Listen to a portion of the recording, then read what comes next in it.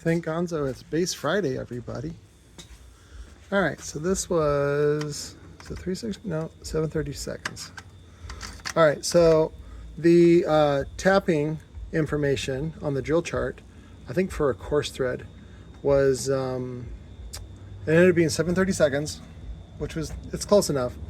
And it ends up being it asks for 0.20, but this was 0.21, so, which is, again, close enough, especially for aluminum. Oh.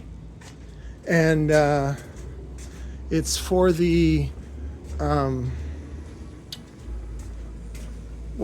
again, you can use M6 if you wanted, but I just wanted to use 1/4 inch because I have a whole bunch of this hardware that is stainless, and we're using, it ended up using 3/4 inch. So it's a stainless socket cap screw. Let's see if I have one. So it's this one, yeah. So, and if you want to use it with a stainless lock washer, split washer, that's fine, or even a star washer, it doesn't really matter. It doesn't really need a split washer, but, you know, again, sometimes you want to do that. And these are the LLDSE front gasket thingies. They come powder coated from China. I think eventually George at Cane Post at LLDSE will have them in a couple of different colors, depending on which one, like red, you know, some basic colors, white. But basically, the frames do not come tapped out. And so what we did was we lined them up as best we could, and they have this little key that fits into the other side, like that. I don't know if you can see that.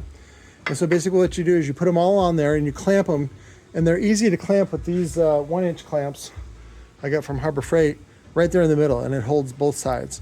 And you do that all the way around. Oops, I just threw that in the trash. Oh, I make that mistake a lot. And so then what you do is you use your, 730 seconds or something very close to that, 0.20 decimal SAE drill bit, and I had Ash go ahead and drill all the holes all the way around. And then we went back, and again, this is a lot of steps that I'm saving, and that's because I've done it 1,000 times. I don't recommend you do this on your first time around. I recommend you practice. So this is what I use to tap. And there's a lot of exceptions that I'm taking here in order to do this. This is certainly not the proper way to do it. I understand that. It is a very fast way to do it, and that's why I used it. So, number one, this is an impactor. It's also light duty. It's the 12 volt. You don't want to use the 12 volt version of this, especially the impactor. You can use a drill if you have it, but you want to use the clutch. On here, see, this is straight drill bit, so there's no clutch. But you can do that, and then you can sit there and it'll break. It'll stop engaging at a certain torque.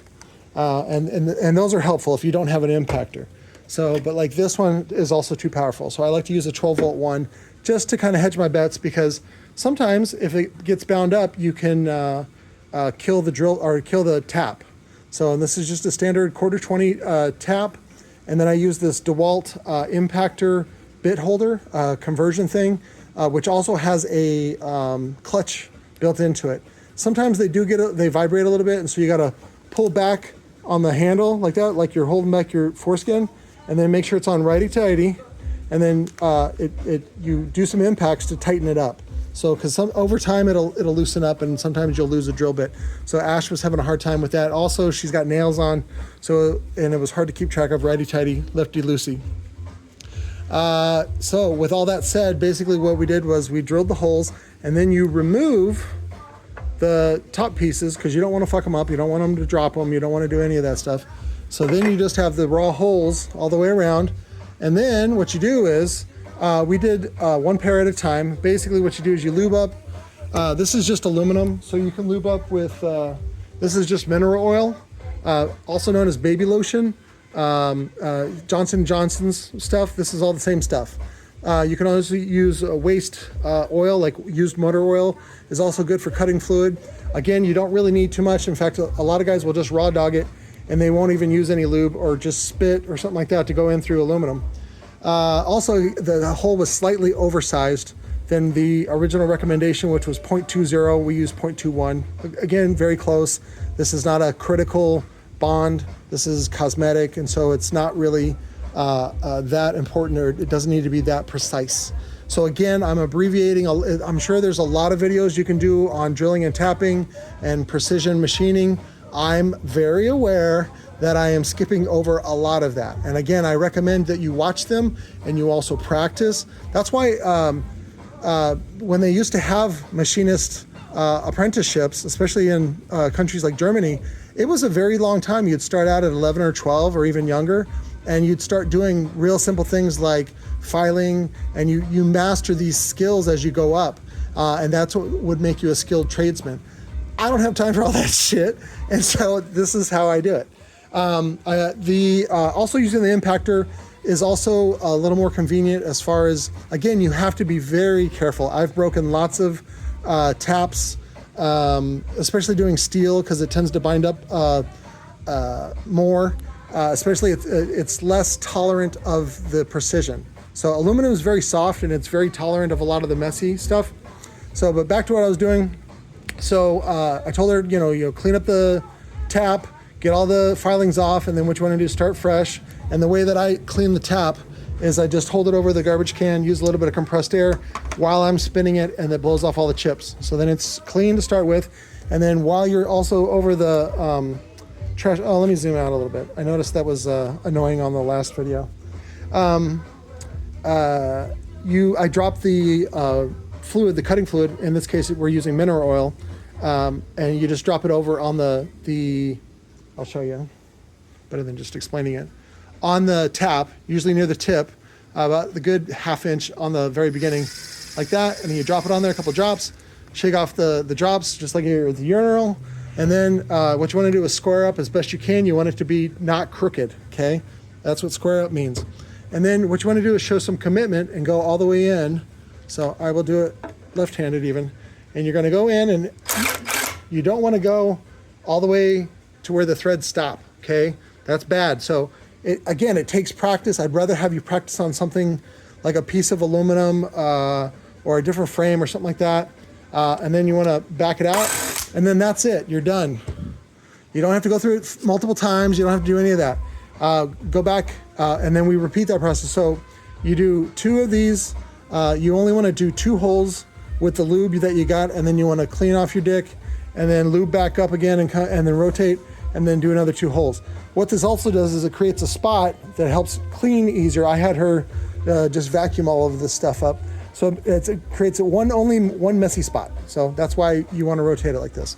So, but this is for, I keep wanting to call him John Locke, but that's from, I didn't even watch the fucking show Lost. I thought it was a stupid show. But he is in New Mexico. This has been sitting here for weeks. We finally got this part done. I was a little hesitant to do it just because I typically didn't have the time, but now we did it, and we're gonna finally finish it off with I just showed it to you. There it is. The 1/4-20 stainless 3/4 inch. And what you do is you wanna make sure you put it in, snug it up. You don't have to be super tight, and you wanna make sure it's not coming out of the bottom.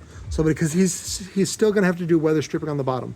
Right now, currently, they don't make wraparound gaskets. The biggest wraparound gasket they make is for 21, and this is a 24. So that's a very, very, very brief and abbreviated tutorial on drilling and tapping in general, especially on aluminum. Again, I recommend weeks and months, even years of practice and time to not fuck stuff up. That's all. So I love you guys. Thank you for watching. I'll talk to you later. All right, we figured it out. It's actually 1 inch. So, but I don't have any of the stainless socket caps, so we're just using a number 3 Phillips pan head. So, and you gotta wiggle it in there. You gotta find you gotta put some hair on it, and then find the opening, and then the threads should line up. So, and then you just work your way around. Don't forget to put, I think this one goes on top of that one, or it works into the thing, yeah. So, there you go. And that's it. So, and then you want to make sure there's no pokey out the butthole, no turtle poking his head. And then you want to use weather stripping down below. So that's it.